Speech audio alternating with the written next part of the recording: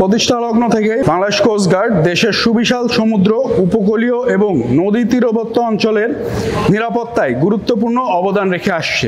পাশাপাশি বাংলাদেশের মৎস্য সম্পদ রক্ষায় জাটকা নিধন প্রতিরোধ, মা ইলিশ সংরক্ষণ এবং সমুদ্রে মাছ ধরায় নিষেধাজ্ঞা চলাকালীন কঠোর নজরদারি এবং প্রতিনিয়ত কোস্টগার্ডের অভিযান অব্যাহত রয়েছে। ইলিশ মাছের প্রজনন মৌসুম উপলক্ষে মা ইলিশ রক্ষার্থে ইলিশের প্রজনন ক্ষেত্র সংরক্ষণের উদ্দেশ্যে মৎস্য সুরক্ষা এবং সংরক্ষণ আইন 1950 মোতাবেক 4 অক্টোবর থেকে 25 অক্টোবর 2025 তারিখ পর্যন্ত সর্বমোট 22 দিন ইলিশের প্রধান প্রজনন মৌসুমে সারা দেশে ইলিশের আহরণ, পরিবহন, মজুদ, বাজারজাতকরণ এবং ক্রয় বিক্রয় সম্পূর্ণরূপে নিষিদ্ধ থাকবে। এ উপলক্ষে মা ইলিশ সংরক্ষণ কার্যক্রম সফলভাবে বাস্তবায়নের লক্ষ্যে সর্বরকম ব্যবস্থা গ্রহণ করেছে কোস্টগার্ড পূর্বজন।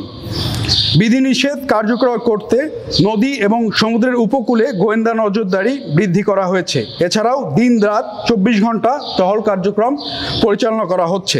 পাশাপাশি জেলেদের মাঝে সচেতনতা বৃদ্ধির লক্ষ্যে মাইকিং, লিফলেট বিতরণ, আলোচনা সভার মাধ্যমে সকলকে আইন মেনে চলার আহ্বান জানানো হচ্ছে। একই সাথে জেলা প্রশাসন, মৎস্য বিভাগ, নৌবাহিনী, পুলিশ এবং মা ইলিশ সংরক্ষণে অন্যান্য সংস্থার সাথে সমন্বিতভাবে অভিযান পরিচালনা করা হচ্ছে।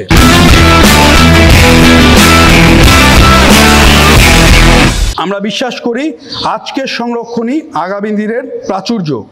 মৎস্যজীবী ভাইদের নিকট আমার নির্দেশনা এবং অনুরোধ, আসুন সবাই মিলে কোস্টগার্ডকে মা ইলিশ রক্ষায় সহায়তা করার মাধ্যমে সুনীল অর্থনীতিকে গতিশীল রাখতে সহায়তা করি।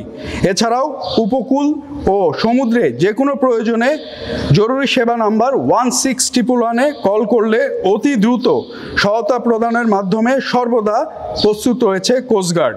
বাংলাদেশ কোস্টগার্ডের দায়িত্বাধীন উপকূলীয় এবং নদী তীরবর্তী এলাকার মৎস্য অভয়াশ্রমগুলোর মা ইলিশ রক্ষায় সার্বক্ষণিক টহল কার্যক্রম অব্যাহত রয়েছে।